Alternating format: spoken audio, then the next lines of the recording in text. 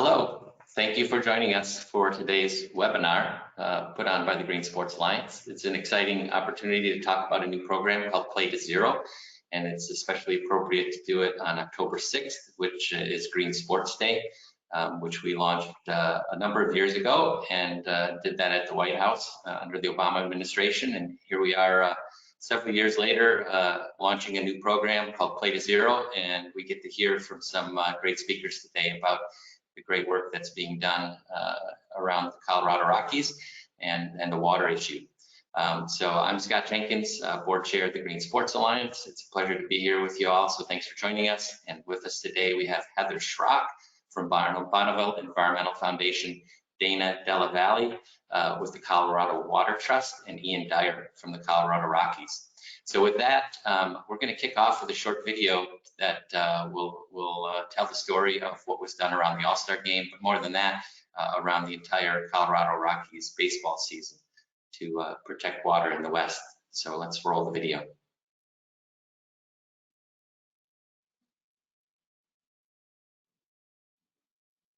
This summer, the Colorado Rockies did more than host the MLB All-Star game.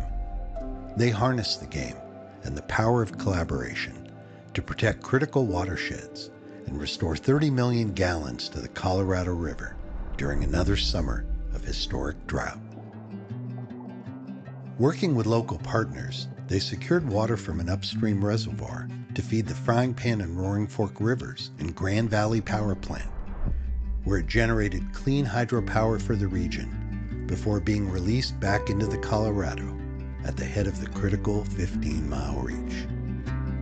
The water delivered helped boost flows to support endangered native fish habitat, as well as communities, recreation, and agriculture downstream, while earning the Rockies the distinction of becoming the first Green Sports Alliance Net Zero Water Champion. Learn to support our rivers and balance your own water footprint at mlb.com/green.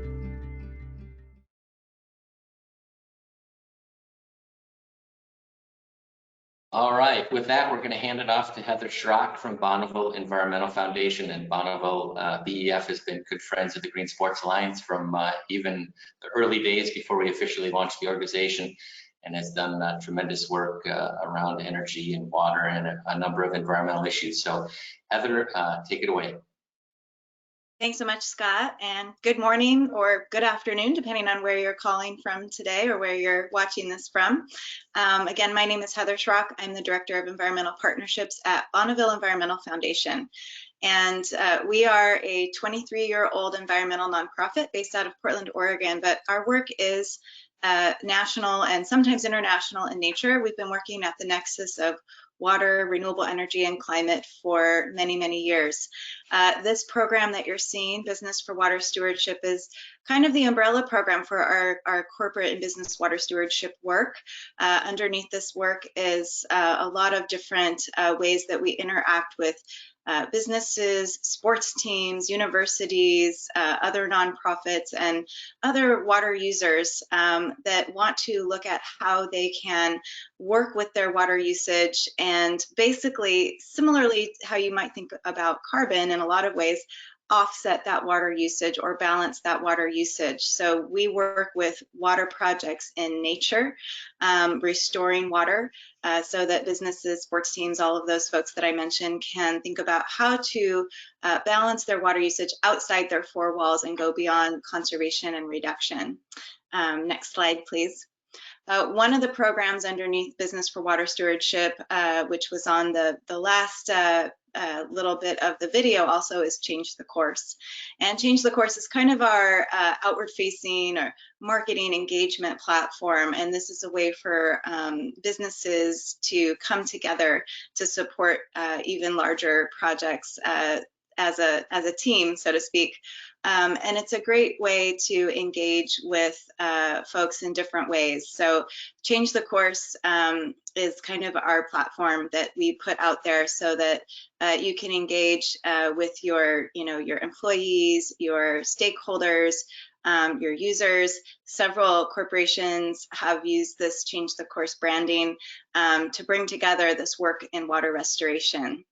including the Rockies and the Green Sports Alliance. Next slide.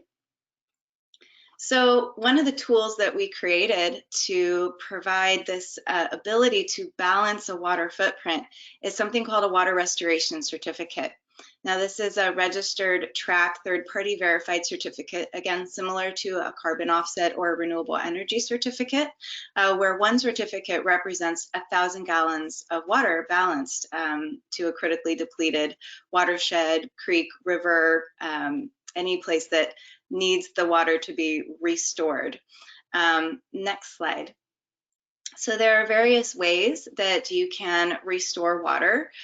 These are kind of the three main ways: restoring flows through legal agreements, restoring natural systems, so that's more like habitat restoration, and improving efficiency, which typically is more agricultural efficiency improvements. Next slide.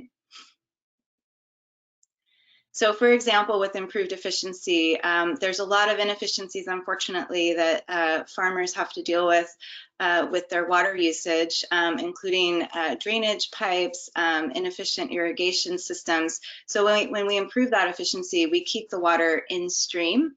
So that's one way that water can be restored outside of your four walls. Next slide.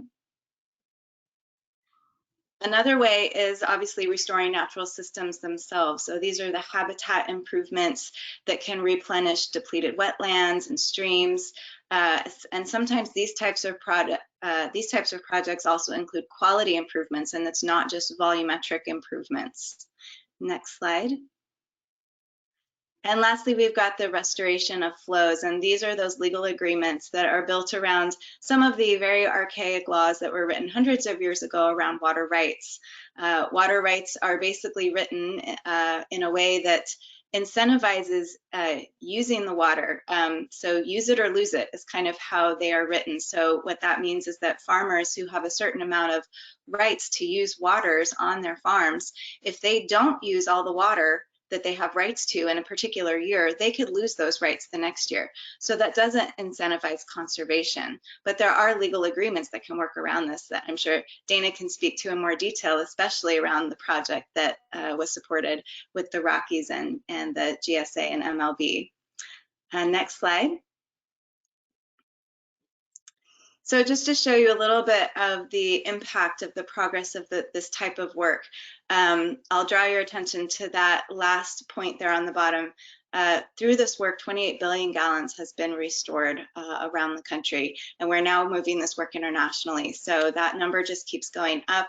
We're very proud of this work. We've worked with the Colorado Water Trust for many years, so many of those billions of gallons are through them as well, and through our work in the Colorado watersheds.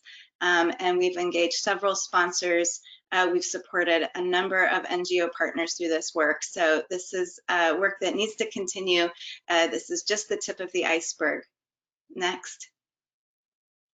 And that's it from me. If you want to learn more or join us and make a difference in your own water use, please contact me. I'm sure this information will also be sent out after the presentation as well, but I would love to hear from any of you. And just a shout out, I know there's some universities that might be listening to this webinar today. Southern Oregon University, if you're on the line, if you are a GSA member, I'm not sure if you are, but I want to shout out to them because they were the first university to balance 100% of their water footprint using water restoration certificates, and they've been doing that for almost 10 years now through a student-led fund. So this work is possible. It can be led by students, it can be led by administration, it could be led by sports teams, corporations, businesses. So it's very exciting to be able to join this call today and to do a shout out for some really amazing work that's being done. Thanks so much, everybody, and I'll pass it on to the next person. Thank you, Heather. That's great, and kudos to you and your team for the great work you do. You give us the ability to do the right thing and to protect our waterways. So couldn't do it without the great work you do. So with that, let's hand it off to Dana. Thank you. Hello, everyone. My name is Dana Dallavalle. I'm the Director of Development and Communications with Colorado Water Trust. I just wanted to first say a huge thanks to Green Sports Alliance, Major League Baseball, Coors Field, and the Colorado Rockies for contributing to our restoration of the Colorado River this year. And thank you also to Change the Course and Bonneville Environmental Foundation for facilitating this awesome partnership.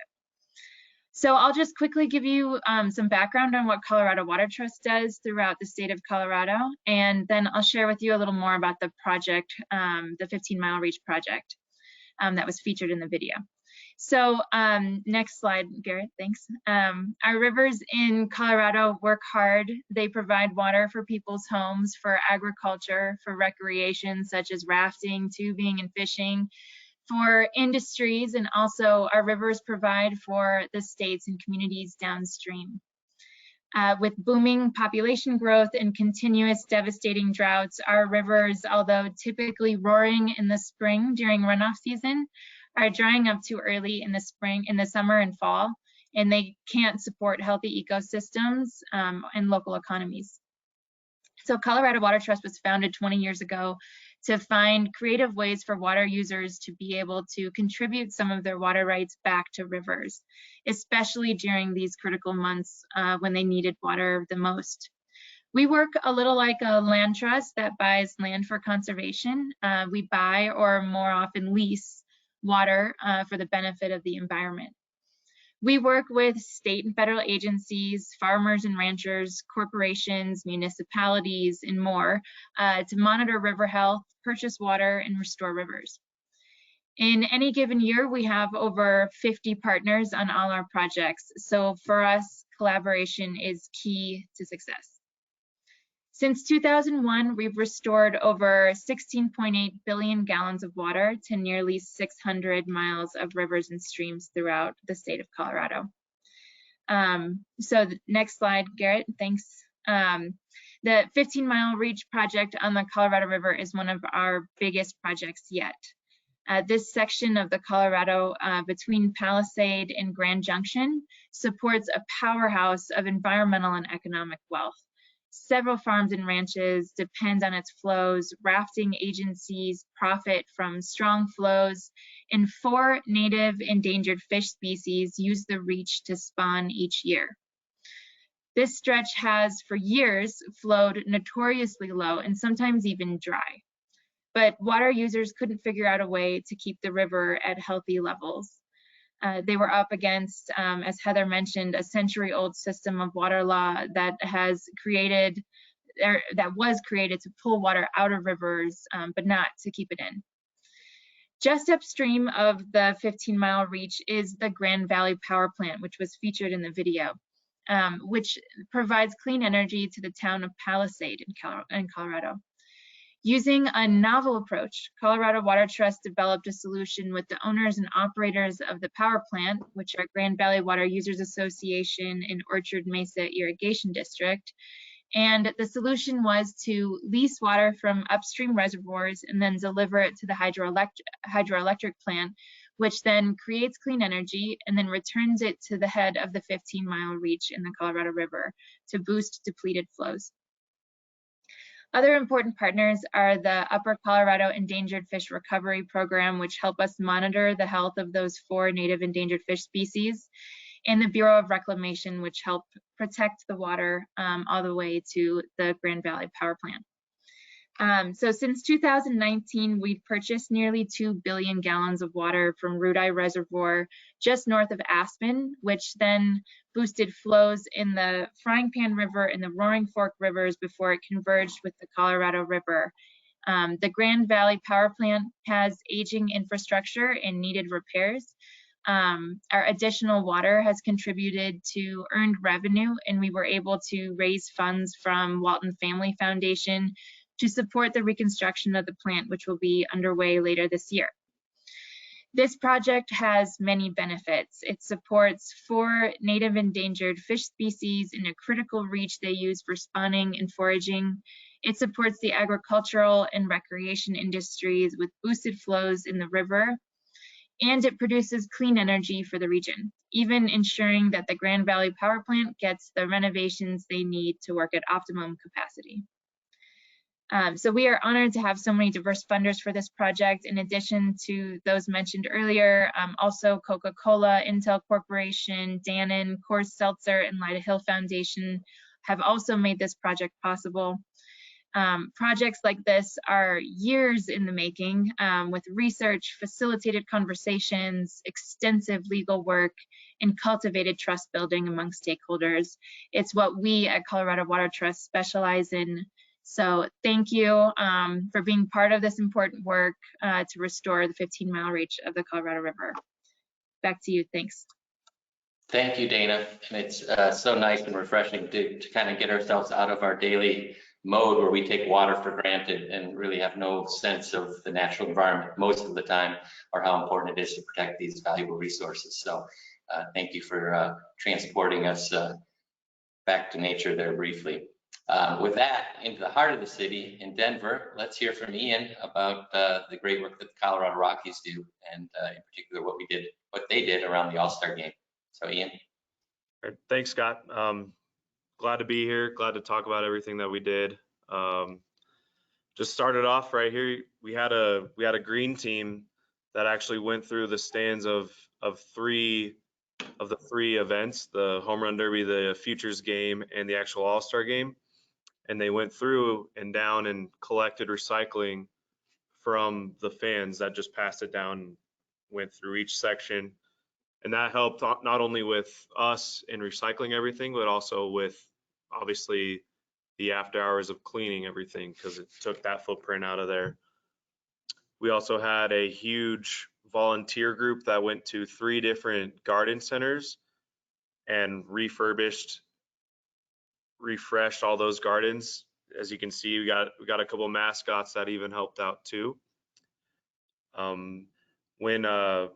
We had a huge truck compound in the back, and instead of having them just use plastic water bottles, we supplied them, MLB supplied them with reusable ones that were able to be refilled with refill stations that were scattered around the whole ballpark. And then also for the people that were coming to the game, they were guided by a walking path that was all around Denver, from 16th Street Mall, from their hotels, from everything that kind of influenced them to walk, not drive, to the ballpark. You get the next slide, please. And then what the Rockies are specifically doing is, by way of ballpark enhancements, year-round, we're always changing out our old fixtures to LED. Actually, 2 years ago, we changed out our whole sports lighting stacks and towers from old incandescent to LED lighting. So we've helped out a lot there. Yearly, we're going around changing out all of our manual flush valves to automatic flush valves and sinks. We have multiple water bottle stations that are around the ballpark to incorporate people using their refillable water bottles rather than bringing in plastics. Again, 2 years ago, we also installed a new field heat system that was previously, it was all electric, but now it's hydrothermal. So the water that goes through there under the field keeps the field green year round, and we recycle it back through. Instead of constantly running electric, it's all now heated up through hot water. We also, by that time when we dug out the old grass, we installed a new, more efficient sprinkler system. And then we also have our own garden at the ballpark that we have year round, that also we either donate it back to the community or we use in-house for meals that come out of like our higher end suite stations and our restaurant that's in here. Another thing we also do is just being smart with operations. Like I said, when we have those water bottle stations, we allow fans to bring in empty water bottles so they don't have to waste plastics and can just refill their own. We just got a new aluminum cup that we use for your drinks instead of the old plastic. So now it's either you have an aluminum cup or you have the souvenir cups that we hand out. So there are no more like plastic cups. Another way for us to stay efficient is when we have a ball game that's not entirely sold out, we only wash certain parts of the stadium that are sat in, rather than washing the whole stadium and saving water in that way. Like I said in the slide before, a green team, we are going to associate that for next year. So probably one Saturday out of each month, we're going to have volunteers come in and do that recycling collection during the game. And then again, just compostable products out of concessions. So rather, instead of the old paperware that you can't recycle just because food's got on it, we're going to use compostable products as well as plasticware and stuff like that. That's it for me. We try to be fluid around here as far as being on top of staying green, and we're always ever changing our operations to incorporate that. So thank you. Ian, thank you. That's great. Glad to see the number of initiatives you guys are undertaking and that it's a priority for you in the ballpark. So I'm going to wrap things up here just to talk a little bit more about the Play to Zero platform and hopefully what your appetite to participate in it. And again, congrats and thank you to the Rockies and MLB for being our first net zero water champions. So Garrett, with that, let's go to the next slide here. As I mentioned, BEF was around from the beginning before we actually even formally launched the Green Sports Alliance, and it's been over 10 years now. And it's great to see the work that's being done throughout the sports industry. And I really think we have built the movement. It is now part of the way we do business. So that's progress. But we know, especially from what we heard this summer, with all the climate-driven natural disasters we had, from forest fires to floods to hurricanes, we have a lot of threats out there, and climate change is real, and we as businesses and citizens have a role to play to change our future. Much like you guys try to change the course on water, we get to change the course on where the climate's going. So in the next 10 years, we really need to make real change and change the future, because business as usual is not going to be good for any of us. So with that, next slide. So Play to Zero platform is really an opportunity to take the good work that's being done in our industry and give you a platform and a roadmap. And when we think about why we do sustainability, there's lots of really good reasons, and even just from a business being more efficient. And you heard Ian talk about water efficiency projects and operational efficiency. We got to eliminate waste. It's bad for business, it's bad for the environment. There's certainly brand value here, and that's a positive thing to be perceived as being environmentally responsible, but there's also brand liability if we're not. And I think today's consumers are getting much more tuned in to what people are doing and what they represent, and if it aligns with their values. So we've got an opportunity here to be on the right side of that equation. And then engaging employees, engaging fans is an important part of strengthening our relationship. And there's real value there. Our corporate partners, you've heard a bunch of corporate partners that have gotten involved in some of the water restoration projects. So that's a great place to build a relationship with your corporate partners and create value. And in doing that, we have an opportunity to engage our employees and our fans even more because of the priority that our corporate partners get for messaging. And then ultimately, it's an opportunity for us to lead, to inspire, and leave a lasting legacy. So there's lots of opportunity here, and we really all ought to get in the game in a big way and play to zero. Next slide. So what is Play to Zero? It's a platform that starts with benchmarking performance. We focus on energy, water, and waste initially, and we want to know where teams are, where the venues are, where the leagues are, and that's a good way to kind of track how you're doing and drive performance enhancements. As we do that, and we hear lots of talk of zero, net zero, or positive, what does that mean? Well, you got to keep score to find out where you are, and you've got to figure out how you're going to get there. And in this case, the Colorado Rockies and MLB, in partnership with BEF, there's a way to do it. Obviously, conserving is the best thing you can do, but there's ways to balance your water footprint as well. So we want to get a roadmap built for people, and it's easier than you think to get there, whether it's energy, water, and the kinds of things that you can do to be zero waste. And we want to celebrate the successes along the way. Obviously, this is a big success to get to net zero, but there's milestones along the way that are easier to achieve. And then when we talk about this, the power of sports, and this is really leveraging the opportunity we have as an industry to engage our stakeholders and our fans. And that's really the kind of effort we all need to make large scale changes. Next slide. And so what's that look like? You know, to get in the platform, it's easy, just sign up for it. Identify someone that's going to be the point person, commit to making improvements, commit to measuring. That's it. You're a player in the Play to Zero platform. And then we have four different benchmarks along the way, from becoming a leader to becoming a champion to becoming a net zero champion, like MLB and the Colorado Rockies did. And these are achievable.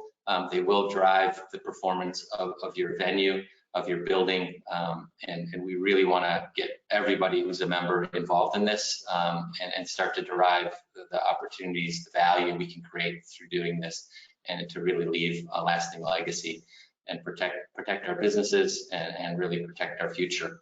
Next slide. So with that, first 10 years, thank you for everyone who's been along for the ride. A lot of you have been around the whole way, but we welcome everyone to join in this effort.